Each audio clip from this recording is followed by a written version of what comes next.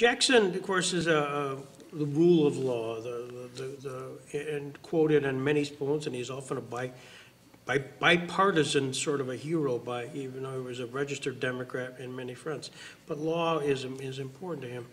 And I know that recently you've paused to think about justice and your own self, and looking kind of introspectively in some things that have happened in your career.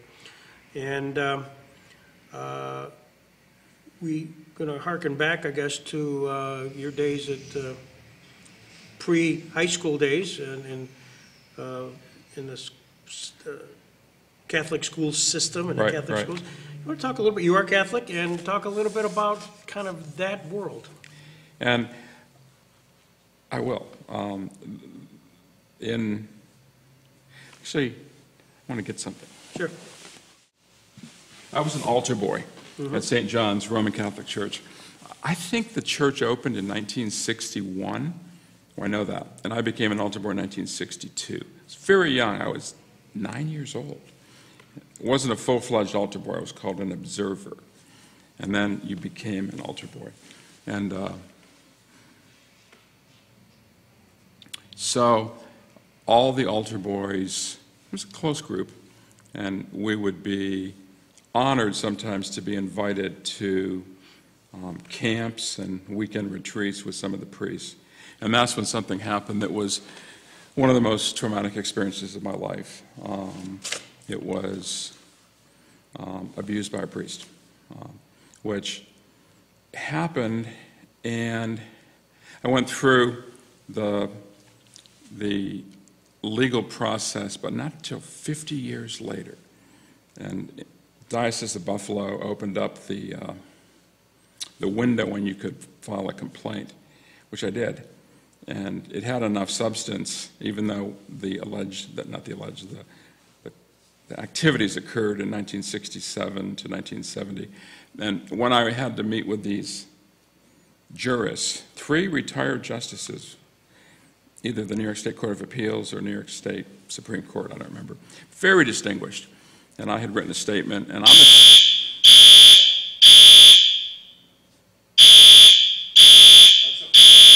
we should stop, right? Okay. Oh, it was a test because the guy came in. Yeah. Okay. I'll continue. Yep. I had submitted a statement, and the guy who was the chairman of the panel said, "Are you Brett Kavanaugh, that you remember things from high school?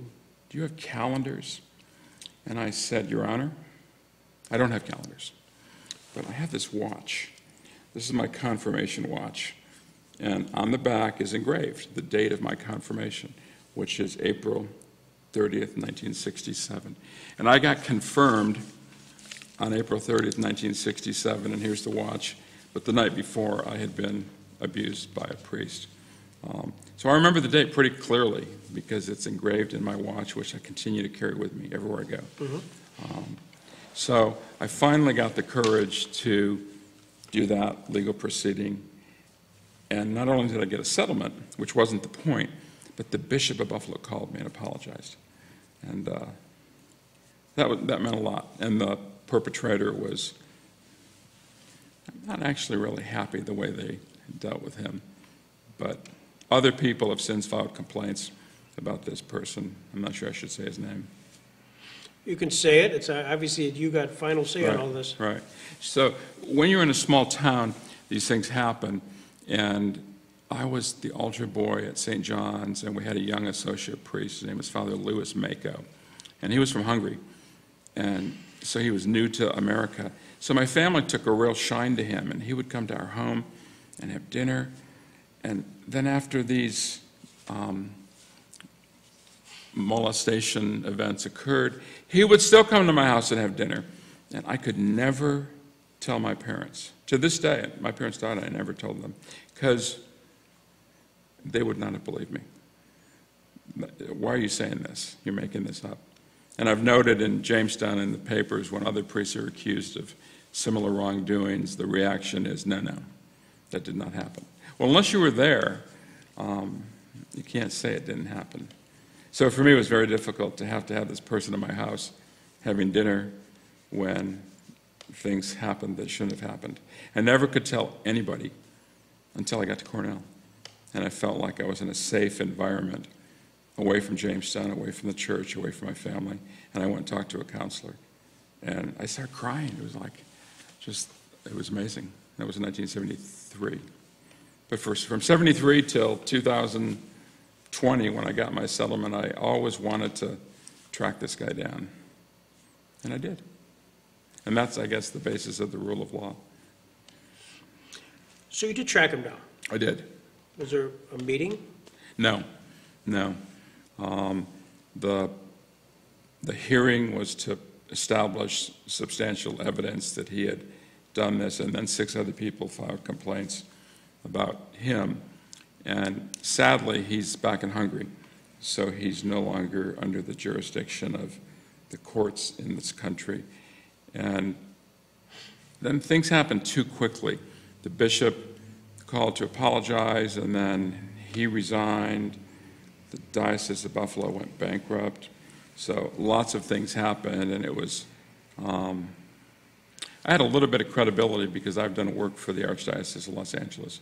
And quite frankly, I think that's one reason they permitted me to have a hearing, because the Bishop of Los Angeles called and said, you got to listen to this guy. But to my knowledge, he's still in a retirement home, and I think he's 83 years old.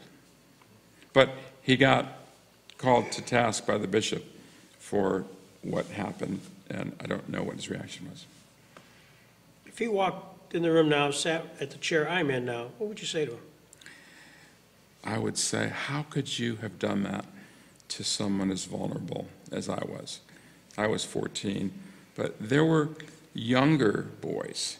They're still in Jamestown. And, you know, my therapist says you can't call somebody after 50 years and say, hey, let's talk about what happened in Mayville, New York, in that trailer in 1967. You just can't. You don't have the right to interfere in someone's life. But I would ask him what gave him the right to, this was not consensual, this was, and priests were elevated on a higher level, so it was, I would want to know what motivated him. It's fine to, no, it's not fine. It's just, you should never cause pain to a child. In Catholic healthcare, we have a phrase, the purpose of Catholic healthcare is to provide care for everyone, especially the poor and vulnerable. And the poor and vulnerable are defined as children and people who need health care who don't have resources. So I just don't understand how someone could do that to someone 14. Did you get a sense that you were singled out, or was this did you get just a sense, I suspect, that other of your parish was equally abused? Other altar boys were abused. I mean, I was at the home when I knew it was happening, at the home in the country. And that's another thing that I find troubling. These vacation homes were owned by pastors. So I don't know. If I was a pastor of a parish and the assistant said, I'm bringing 8 altar boys for the weekend, I guess I would say, just like to my son, you can't bring 8 kids for a sleepover. We don't have 8 bedrooms. How are you going to sleep? How are you going to do this? And I guess I wonder why the pastors didn't do a little more deep dive, and that's why I think that they were culpable also. So you have lived with this forever. I mean, that's the obvious, but was there an aha moment to describe, to say, I really do want to go somewhat public here?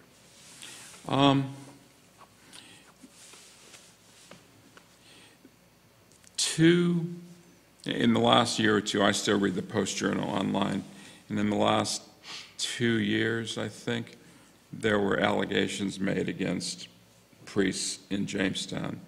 Father Federico, who was the pastor of St. John's, and I think it's Father Attia from St. James.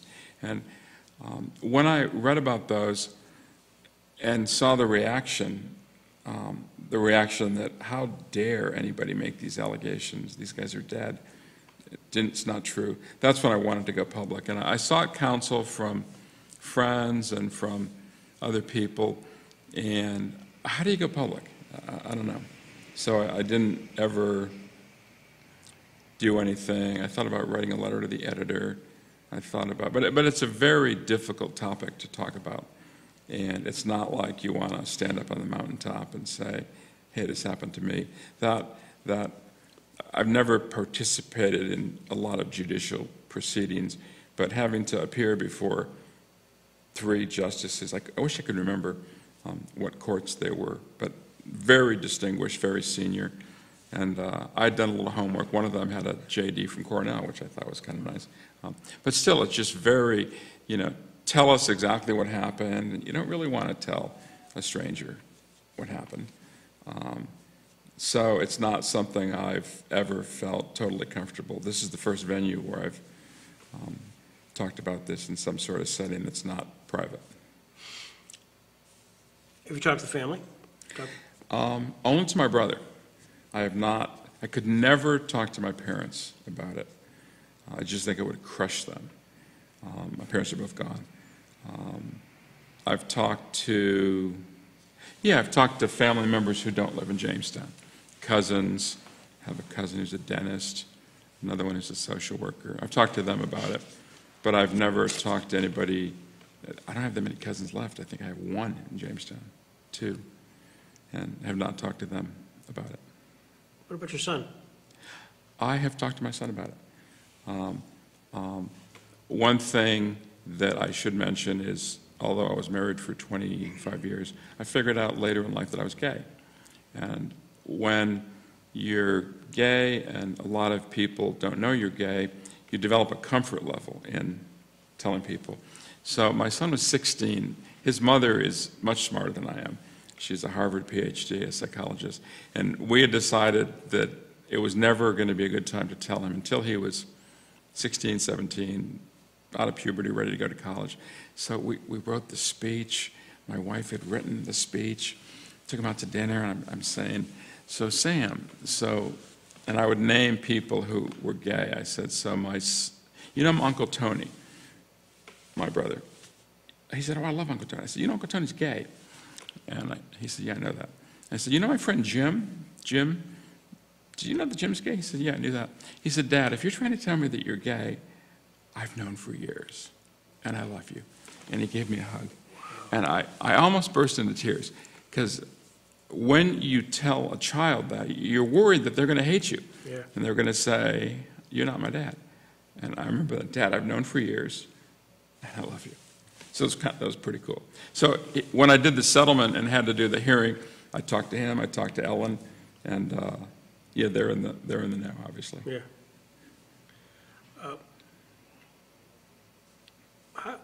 How do you, have people come to you, would they come to you, do you think, to seek counseling? So, for example, and I'm not suggesting you will or should, but should this go somewhat public, this interview that you and I are having, and they call you and say, I too, but I've never talked about it. How would you counsel them? So I'm the chairman of my undergraduate fraternity at Cornell, the chairman of the foundation. And I have come public there, which is unusual because fraternities rah-rah, macho. I've had 2 or 3 classmates who have sought me out because they too are gay. And there's one person I haven't succeeded yet. He has never told anybody except his boyfriend. So I'm still, it's a work in progress with him. But if some of these young men who I know who they are, I know their names, I know where they live, if they came to me, I would welcome the opportunity to get them the benefit of my experience. What a relief it was to get some sort of satisfaction that the rule of law and that justice prevails. I have a saying that the good guys always win. And I would encourage them first to get some counseling. And secondly, I think the window is closed for filing claims. I may be wrong on that. But I would encourage them to pursue some sort of remedy. Not for the compensation. The money I got, I gave away. I gave a lot of it to the Jackson Center. But you do need to close that wound. and the best way to do it is to address it. So I would hope that they would approach me. As you're here today, we talked in advance that you were willing to do this. What's a question I should be asking you concerning this experience that I haven't? I guess I would say that you should say, how could this happen in a small town like Jamestown, New York, where the teachers were so empathetic, the counselors were so good? How come no one got you to talk about this when you're 14? When something like this happens when you're 14, I guess I would have been either in 9th grade or in 10th grade, maybe 9th grade. I was very close to the counselor. All of a sudden, I'm depressed, I'm sullen. My grades didn't suffer, fortunately, but I would have thought that somebody would have been able to probe a little bit. I resigned as an altar boy. I quit, and the pastor didn't call me and say, hey, you were one of our prize altar boys. So I guess I'm curious that nobody ever asked me what was wrong. I'm not sure I can blame them. I should have had the courage to tell them. But it's not an easy thing to tell somebody when you're 14. In hindsight, and that's always 20/20, do you suspect that the other parish priests that were part of that network here in St. James, St. Peter and Paul, St. John's, knew this was going on then? Or was Oh, it I don't singular? suspect it. I'm positive they knew. The homes that we went to, this didn't happen in the rectory. Actually, once it happened in the rectory. Yeah.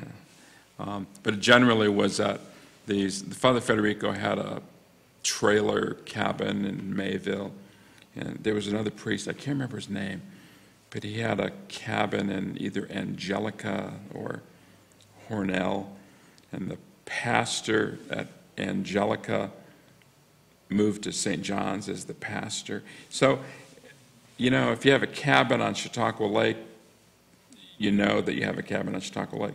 So if you have a cabin in the woods and your associate pastor is bringing altar boys there for the weekend, I think they knew what was going on. I really do.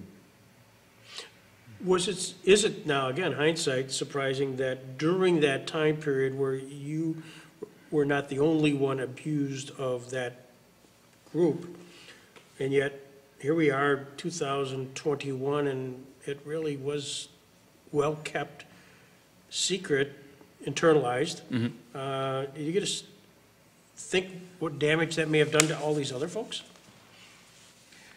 I'm sure it caused damage. I'm not close enough to them today to know if they had failed marriages or if they suffered depression.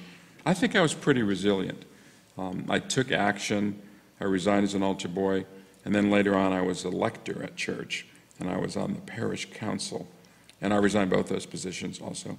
So I tried to cut my ties with the church, and how ironic that now I'm working for the Archdiocese in Los Angeles, which itself has had hundreds of millions of dollars of settlements. I think in my case this made me more empathetic to victims and to helping people recover. Some of my work in philanthropy has been to open clinics and resource centers, but I don't know. I have to assume that those people had some issues in their lives. Going forward is,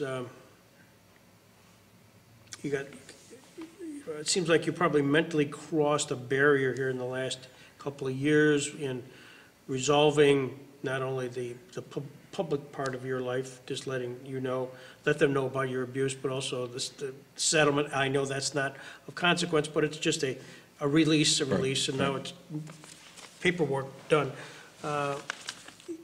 Is there an ongoing message that you would like to give to somebody if somebody came to you? So there are these institutional issues that take place. I contacted the people in Buffalo. There's a survivors organization. But I'm not in Buffalo. And Los Angeles has its own set of issues, and there were thousands of people abused. So I initially thought about getting involved in one of those organizations, but I've chosen not to. I think for me it's more personal, and if I find out about something, or if someone seeks my counsel, like my fraternity brother, I think I'm an empathetic listener without becoming an activist in the world. This may pry deeper than you want me to pry, but was this a singular event, or did the priest find that having once done, it's now kind of fair game? Yeah, it wasn't a singular event, Yeah. and it continued from 67 to 69 or 1970. And it's interesting because my son's 27 now, but when he was in high school, I found out that he was sexually active. And you're never quite sure what to do in a case like that. And he was 16 or 17. And so I sought counsel from the school and from my wife. And you take action. I talked to him about it, and we educated him on birth control. And then I called the father of the girl. And I'm glad I did, actually. And he said, "What's this about?" I said, "Well, I don't want to be a grandfather. Do you?" And so he then dropped everything. We went and had coffee, and he was able to get her to see a gynecologist and put her on the pill. These things happen today, and I think I'm much more, I don't know if the word's empathetic, much more willing to address a topic like that, like a 16-year-old having sex. I remember talking to the headmaster of the school. I was on the board of the school, for God's sakes, and he said 90% of our kids are sexually active. I said, "What do you do about it? There's no sexual class. There's no Planned Parenthood seminars. I think you're dropping the ball." And I'll tell you one other thing that I did, and I'm proud of it. Again, it goes back to my son. My son was a very good athlete and was captain of the soccer team at his high school, LaSalle High School in Pasadena. And he said, "Dad, one of the teachers always comes in the locker room and after a game, and we're taking showers, and it's just weird." And I said, "Has he touched anybody?" He said, No. He wouldn't, because we're jocks. But it's just weird that he comes in the locker room. So I sought it upon myself to go visit with his teacher. And I didn't bring up that. But when you've been abused, you have good radar. And I sensed that this guy was doing some things. And then this guy, who was a teacher, came to speak to a board meeting. And little things, there were students, not my son, but other students, and a couple faculty members. And he went up and he put his arms around, this is before Me Too. This is in the, I don't know, my son graduated from high school in 2012, so it's probably 2011, 10 years ago. Put his arms around these boys, and I could see. So I made an appointment with the president the next day. I said, I think you have a potential molester on your staff. He said, "What do you mean?" Always defensive. And I hadn't gone through the pursuing the legal remedies yet. But I learned that you got to bring these things up. And they did an investigation, and guess what? They fired him. But guess what? They didn't fire him. They fired him from that school and then moved him to another school. And he was a priest, by the way. So this stuff still happens, and people don't know how to respond. Because it's not supposed to happen. A teacher's not supposed to go in and violate a sacred trust. So I think I realize I'm maybe not being totally responsive to the question, but it's, even though this happened before, I think after I talked to my son about what happened and about being gay, it's made me more empathetic, more sensitive to the wrongs that happen in the world. And when something like that happens, it can really destroy, suicides result. People can't cope. Luckily, I was strong enough that none of that happened. but it's made me a better, more vigilant to see things that might happen like that. Have you been back to your church? You come back to Jamestown periodically? Is it hard to darken the door? It is. I have. I had to go there for the. Actually, this is a funny story. I went. Both parents died, and so we had funerals. And in both cases, I wanted to have songs. There was a Willie Nelson song that my mother loved, and I can't remember what the song was that my father loved. So I want to talk to the organist, and this is, again, pre-settlement with the diocese, but you learn how to challenge things. So I went to the organist and said, I want you to play, and I had the music. And she said, well, I have to check with Father. I said, why? He said, well, because he doesn't like Willie Nelson songs or whatever it was. Stardust was the song. And I said, I'll take care of Father. And so she played the music. And then afterwards he came to yell at me. I said, it's my funeral. It's my dad's funeral, my mom's funeral. You can't select the music. Okay.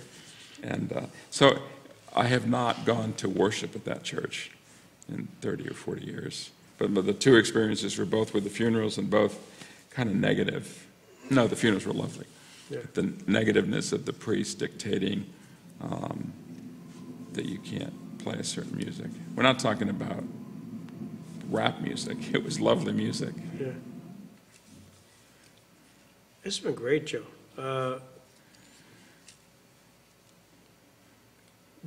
I just feel like, is there something else anything else you would like to kind of, as you're talking to an audience, if we went live and said, I want to look in the camera now for a second and say something? I would say that although I didn't come back here and make my career here, I feel like the values of a small town, not the priest, but the values of the small town of friendship and openness and candor, and just growing up in a small town and then moving to a big city has been a great experience for me. I can't imagine.